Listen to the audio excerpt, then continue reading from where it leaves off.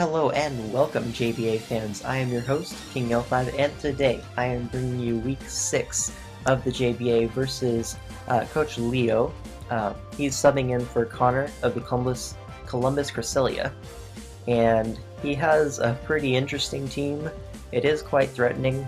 I don't know if it's the best team ever, but it is very threatening versus mine. So let's get into what he brought. He has the Chansey, the Lando T, Mega Blastoise, Hydreigon, Cobalion, and the Avalugg. Chansey is kind of just going to wall my Mega Pidgeot until I am able to take that down, so that thing's not doing anything until I can get rid of that. Landorus T, always a very solid Pokemon, that's why it's on like 90% of OU teams. Yeah, right now, the biggest threats are probably Lando T and Cobalion. But anyways, he also has the Mega Blastoise, not too much of an issue because of a few sets that I'm bringing. Same thing for the Hydreigon, and Cobalion, of course, a pretty nice threat as my only Volt Switch immunity cannot take a close combat at all, so he is kind of free to just grab momentum with that thing whenever he feels like it. And the Avalugg, which kind of similar to Chansey in that it walls my physical attackers, and Chansey walls my special attackers, so kind of hard to break that core. Even though it's not the best two Pokemon ever, it is kind of hard to break. So let's get into my team and how I plan on breaking his defensive core. I have physically defensive Weezing to take on the Lando T. Basically any variant is, except for I guess Spec Psychic, which would be pretty wild, is countered by this Weezing. I have Rocky Helmet, I don't know if I said that, but that's just to make him take chip damage if he wants to U-turn out. And I am Pain Split, Will-O-Wisp, Toxic Spikes, and Sludge Bomb, which is, I feel, the best set versus him. I can Toxic his 3 grounded Pokemon that are hit by Toxic Spikes, which residual damage on those is super nice, as it does considerably help me breaking those Pokemon. Moving on to Mega Pidgeot, I have Hurricane, U-Turn, Heat Wave, and Hidden Power Ice. Ice is for Lando T, obviously. U-turn so I can grab momentum on the Chansey switch-in, and it's just generally a pretty nice Pokemon. I have Heat Wave to hit Cobalion a little bit harder because Hurricane does not OHKO, and I think Heat Wave might get close. But anyways, pretty nice Pokemon once Chansey goes down. He doesn't have a flying resist, so that's always good to note. Next up is my Azumarill. I'm bringing specially defensive this week with the Perish Trap set, which is Whirlpool, Perish Song, Protect, and I decided for Play Rough on the last slot, which can help take down the Hydreigon a little bit faster if I am unable to trap that. Say it has U-turn or something. I can just hit that thing with a Play Rough, although if he has U-turn he'll get out of there before I can hit it, but I felt it was worth bringing it just as a general stab to hit his team.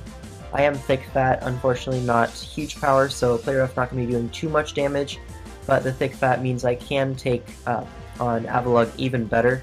I'm taking literally 0 from its hits, and I can Perish Trap that thing and still have a lot of health to Perish Trap the next Pokemon. And Azumarill like 1v1s over half of his team, which is very nice, and I'll be definitely using that in this matchup. Next up I have Sub-Calm Mind Chandelure, which basically means that Chansey is not a special wall. It sets up all over that thing, and it's looking like the biggest threat to his team. The only thing he really has to take it on is the Hydreigon, which I do have Azumarill to pretty much hard counter. So the combination of Azumarill plus Chandelure is super threatening to his team. I have enough speed to creep a defensive Lando T, if that's what he wants to bring, which I'm thinking he might because I do have an Excadrill, and that is his best answer to it. But anyways, just dual stab, pretty nice versus team. Next up I have Alomomola, primarily physically defensive as always. This is kind of there to just check his physical attackers like Cobalion, Lando T. Lando T. I do have Knockoff to get rid of the Eviolite on Chansey and the potential Rocky Helmet or Scarf on the Lando, which I don't want to be taking damage on my drill for no reason, and I don't want it to outspeed me. So I felt Knockoff was really nice in this matchup, and I also am packing Healing Wish, just in case one of my other walls gets low and I don't need Alomomola at this point, because let's be honest, it doesn't do too much that my other walls can't handle. So if one of those is getting low and I need to heal it up. Say my Azumarill is like down to 10% and I can't really pass any wishes to it because it'll always just die on the switch in. I can always go for the healing wish and just bring that back. So that's a pretty nice set. And the last Pokemon I'm bringing is Specially Defensive Excadrill, and that is basically to take on his Hydreigon a little bit better, and I think he had a few other threats in the back. I think he had, I actually don't remember what he had, but Spidef Drill had a pretty nice matchup versus his specially offensive threats, and can take a hit, and that is my Stealth Rocker this week. So getting up rocks would be really nice, especially if I can trap the Blastoise, because of the two Pokemon, Blastoise or Avalugg, the most likely spinner is probably that Blastoise, and it's more reliable. But anyways, I also have Dual Stab and Rapid Spin of my own to prevent the rocks from really digging into my Chandelure and my Pidgeot from his Land of Tea. So that's pretty much all for my team, and let's get right into the battle. So I am going to lead off with my Weezing, predicting the Land of Tea, plus I want to get up the Toxic Spikes as soon as possible. I'm just going to go for the Will-O-Wisp, I believe. Catching anything on the switch in, nothing wants to take a Will-O-Wisp besides Chansey, which doesn't really switch into Weezing too well because Pain Split does do a lot. Now here, Blastoise is in, I'm just going to go straight to my counter, which is a Azumarill, and I'm going to go straight for the Whirlpool, trying to trap this thing as he goes for the Toxic. And this thing is now trapped, and Whirlpool plus Burn is basically going to kill him faster than Perish Song is, so I'm just going to go for the Play Rough to do a little bit more damage and not have to take as many Scalds. Unfortunately, I am minus attack nature because Play Rough was kind of a last minute addition. Originally I had Rest over that because my original team had a Heal Beller that I could heal that off, but I did change it to Play Rough as I felt Alomomola was the better fit than the Heal Beller that I was going to bring. So anyways, I do have the Toxic, but I am hitting him with the damage, and he's going to die next turn. I'd rather not take a Scald if I don't have to, so I go for Protect, and Azumarill comes out of there at well over half HP. Still decent enough to check the Hydreigon, so I'm going to save that as he goes down to the burn damage. I'm going to go into my Weezing because I do want to throw off another Wisp, or set up Toxic Spikes. I choose to do the Toxic Spikes play, as I do want the Chansey and Avalugg to be whittled no matter what. And so I switch into my Azumarill on the Hydreigon as he reveals the Life Orb U-turn. And that's pretty good for me because that means he's just going to be whittling himself. The Life Orb U-turn set usually does not run Roost. It's either Roost or U-turn, so you wouldn't really have both, because you would want your Dual Stab plus a coverage move to hit Excadrill versus my team. So I can basically see that he doesn't have Roost and that he's just going to be wearing himself down, and I can just basically switch into Azu as many times as it takes until he dies from Life Orb recoil. But anyways, he goes into his Avalugg. Weezing is always a safe switch as he goes for the Rapid Spin, taking the Rocky Helmet damage, and since Avalugg doesn't have a special defense stat, he doesn't want to stay in to take a potential Sludge Bomb. So I'm just going to throw off a Wisp, I believe, to catch the Hydreigon. No, I actually go for the Sludge Bomb. Yeah, Sludge Bomb, and I get the Poison on the Hydreigon, which means this thing is going to be wearing itself down super fast. I can just go straight out into my Azumarill on the Dark Pulse, take basically no damage, as he takes Life Orb plus Poison, and here I'm going to make a somewhat aggressive switch and go into my Alomomola, predicting the U-turn as he would die to Helmet plus Life Orb. But instead he goes into Cobalion. This works out for me because Alomomola completely walls this thing, and I can just go for a Wish to pass that off to whatever I need. This thing is Rocky Helmet, so if he does hit me with a physical attack, it is going to hit him. But basically, he switches out into Avalugg on my Wish, which means I can go out to my Azumarill, heal that up, basically for free, and that means Hydreigon is back to doing absolutely nothing. I actually get it in on the Hydreigon, which is kind of funny. But at this point, he's just going to sack this off, as it doesn't really do anything anymore, and he just kind of wants damage on this. I go for the Whirlpool in case he switches out. That was my best play, as it whittles anything that he wants to go out into. He goes out into Cobalion. I do have the Alomomola just to switch in, take nothing from the Volt Switch. I am actually healing from the Regenerator versus that thing. And he goes into the Land of Tea, and I'm perfectly fine staying in to knock off the potential Choice Scarf or Rocky Helmet as he reveals the Leftovers. So not what I expected, but I'm glad to get rid of that anyways, as it means I can just whittle this down and it has no recovery anymore, other than Wish Passing from Chansey. So now I go into Whizzing, and I throw off a Will-O-Wisp, because once again nothing wants to take it, and now I can just go for a free Plane Split, and severely weaken the Chansey, forcing it to go for the Soft-Boiled or the Wish, probably the Soft-Boiled, as since he revealed Stealth Rocks, they usually don't run Wish Protect Stealth Rocks, as usually it's Seismic Toss and a Status, which I'm expecting Toxic to try to nab my Chandelure on the switch-in.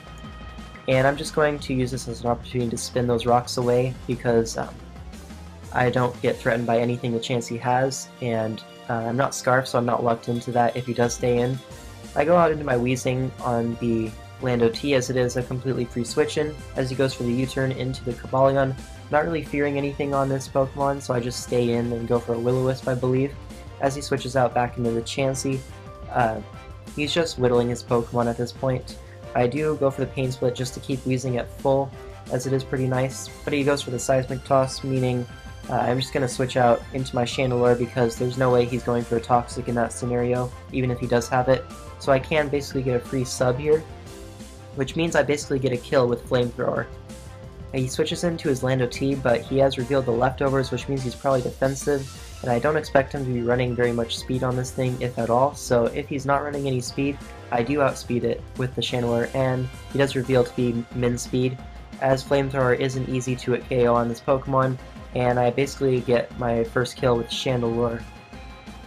And so that's pretty nice. As he goes out into the Cobalion here, what I could have done is stayed in and take the Stone Edge, which he probably has by the way he brought it in, and I would live and kill him with a Flamethrower, but Weezing can switch in effortlessly, and in case he's Aqua Berry, I didn't want to chance that with my win condition. So he does flinch me with Iron Head, which is kind of unfortunate. I'm going for Pain Split here, as I do get it off, which is pretty nice. He goes for Volt Switch on my Will-O-Wisp, I believe, as he goes out into Chansey, just giving me another opportunity to heal up my Weezing, as this thing's HP stat is pretty huge, but he makes a decent play, I guess, not letting me heal up, going back out into the Cobalion. Didn't really accomplish much there, but I do miss my Will-O-Wisp, which is kind of unfortunate, and here a crit would kill me, and I'm kind of playing for the 6-0 at this point. So I go out into my Alomola to make him take the Rocky Helmet damage, and as he Volt Switches, I believe I go for a Wish, just to try to heal up anything on my team. As he goes out into the Chansey, I'm going to take this as an opportunity to go into my Excadrill and just pressure his team with the Earthquake, but he does make a better play, go out into the Cobalion to threaten that. And at this point, Close Combat is a roll in his favor to knock me out, so I am going to switch out into my Alomola on the Close Combat, making him take the Rocky Helmet damage.